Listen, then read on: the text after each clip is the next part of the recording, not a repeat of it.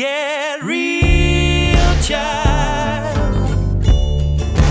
Let's get real. Hi, thanks for being with me. Today I've got an exciting podcast because it's my first podcast doing a Zoom interview. And I'm so excited about this because I met this Congresswoman last Friday for breakfast, and she impressed me so much that I wanted to have her on as a guest. And just an incredible lady, the kind of representatives we need more of in office. So she hadn't embraced all my Get Real program, but she's very excited. One thing I really like about her is that she's open minded and inquisitive and not under the sway of a lot of public big PR firms and stuff. Just a great lady coming out of the farming sector, an immigrant to the country from Ukraine, and has made a good life in America, raising a family and working on the farm and being a CPA and really knowing finance and everything. So really honored to be able to have her on and let you get a chance to hear her speak a little bit. And I'm hoping she's going to be an advocate for my Get Real About Climate program to make the world carbon negative while we still use oil and gas. She's a big, strong supporter of agriculture, as am I, as is the Get Real program. Because, friends, if we don't have good, reliable food, good, nutritious food, degenerative disease and all the other afflictions and obesity are going to continue to afflict America.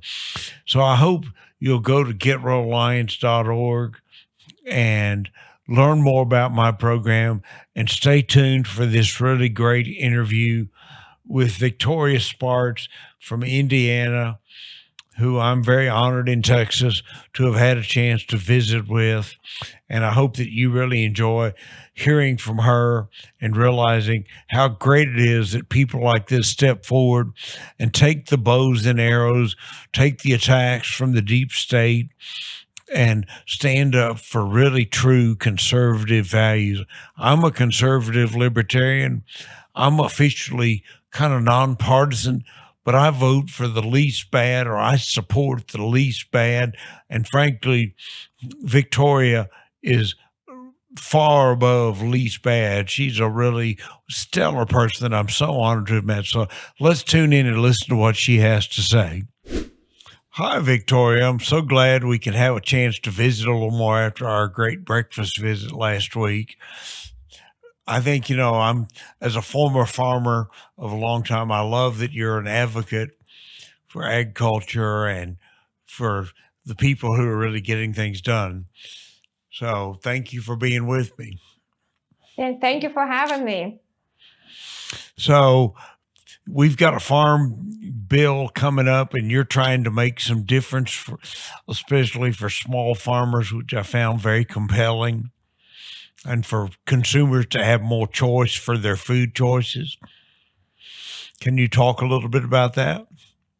Listen, I think the farm bill, which we actually authorize, every 5 years, so that's why we can set policies for the country. Really, it's farm bill shouldn't be just farm and agriculture. It's a health of our nation.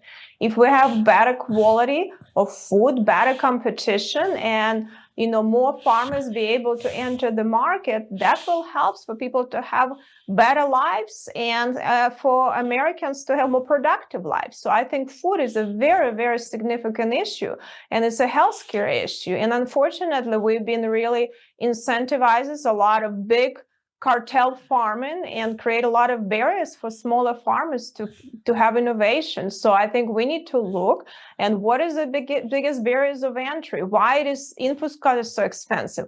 Why the government doesn't allow to sell beef from smaller farmers directly to consumer, even within the state, unless they're using some big USDA processors, which most of them will never prioritize smaller farmers. They serve in big special interest group. And a lot of them actually, as you know, over 80% of processing, is controlled by 4 companies, 2 of them from Brazil and China, and they don't care about our domestic consumers. So we need to be smarter and look at a lot of these regulations and innovation that can happen, because I think we can have so much innovation in agriculture, but government is becoming an obstacle to that.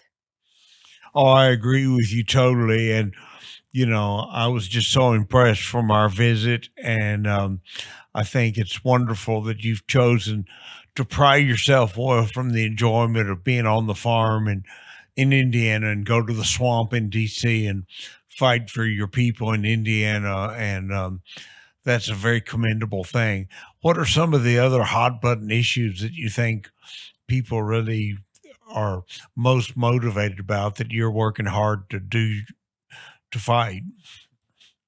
Well, listen, you are from the great state of Texas, very freedom-loving state, and you know what's happening at the border. I mean, this is, I'm an immigrant myself. I believe in legal immigration, but we cannot have lawlessness. You see what's happening right now in the cities in Texas and the cities of Indiana, what cartels are doing to destroy our country, and our administration doing nothing about it. It's criminal. And unfortunately, this issue becoming so material that it's a huge national security issue. I've been in Texas many times and other parts of our southern border. I'm on the immigration subcommittee. We fought very hard, this administration, but unfortunately, they prevailing. And I think it will take election to put better people in charge and protect our country. Now the border is pretty much wide open, and we have lots of enemies and terrorists around the world that want to hurt our country. So this is really, really serious issue. Each state is a border state, and we do what we can as a state of Indiana to help the state of Texas. But this is a true federal government responsibility to protect the borders for national security, and this will be fighting, and we have to win on that issue. Well, we need a fighter in DC for these causes. And like you said, we really need an administrative change, a new president, because Biden is just committed to this open border policy that is just so destructive. So I'm glad you're fighting that. How do you feel about the other things that are happening in government? I know you're a campaigner for rational budget policy, and what we've seen happen is just an abomination with this kind of uniparty mega bill that nobody gets to read, and it gets passed. And so some people may think it's bad to be against that, but I think, you got to stand up for principles. Well, I hate to say what I've actually got a Fiscal Hero Award, but it's really not about a war. It's winning for the American people. We have to win on this issue. Unfortunately, Washington, D.C. became very corrupt. You have, in both parties, one party moving into socialism and another one doing hypocrisy, doing the same thing and appeasing them and not willing to fight the battle because it's very tough, because there is so much money in Washington, D.C. coming at you with crazy ads and lies if you're willing to stand up for the people. There is no lobby for the people. And if we're not willing as legislators to fight that battle, then, people are pretty much screwed. And that's what we're seeing, what's happening right now. I mean, we're passing omnibuses. There was a lot of, slush funds and blank checks. We just passed FISA reauthorization, where government FBI can do warrantless surveillance of Americans. It's unbelievable. It's infringement on the rights, intimidation of people, and spending money of our grandchildren. I'm a CPA by training. So unfortunately, I understand finances very well. I know enough to be dangerous about a lot of other issues, but I understand finance and accounting. And this has been just dereliction of duty that Congress funded this issue for decades, and now they became so material. We have 34 trillion of debt, which causes inflation. When you print money, you cause inflation. That's a highly regressive tax on lower income American. On fixed incomes like seniors. We're borrowing from countries including like China. We have 25% of our revenue is now go on to pay interest, $1 trillion, more than national defense.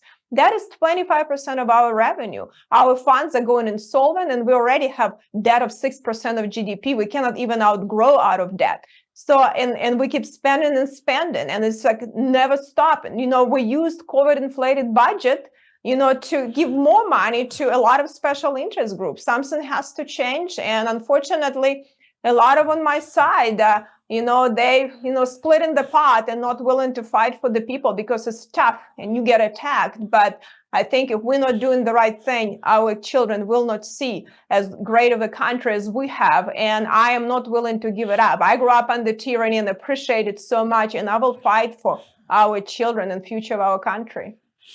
Well, we need you to stay in office, and I'm glad you decided to run for re-election.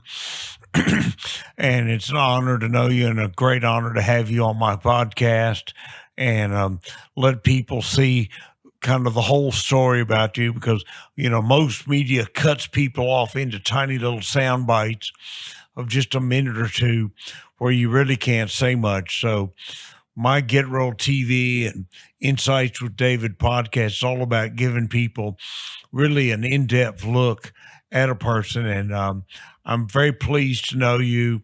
And I hope you have a real successful long career fighting for the American people.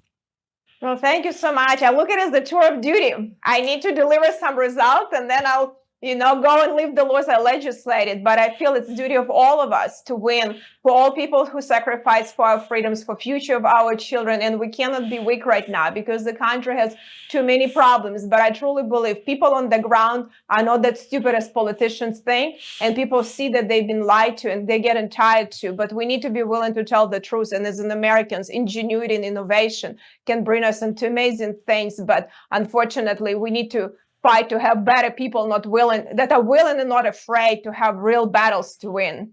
Thank you so much for having me. You bet. Take care. Thank you.